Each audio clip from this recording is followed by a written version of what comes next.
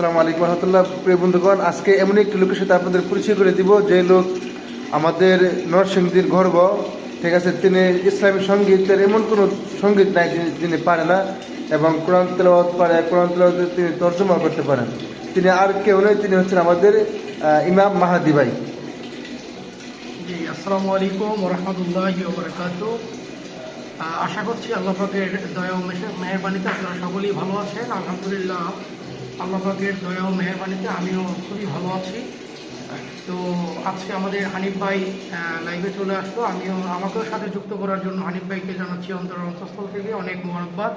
আমাদের ভাই ইনশাল্লাহ আপনাদেরকে সবসময় আমার ইউটিউব চ্যানেলে এবং আমার আইডিতে পেজে তিনি ইসলামী সঙ্গীত পরিবেশন করবেন এবং ইসলামী সঙ্গীত পরিবেশন করবেন।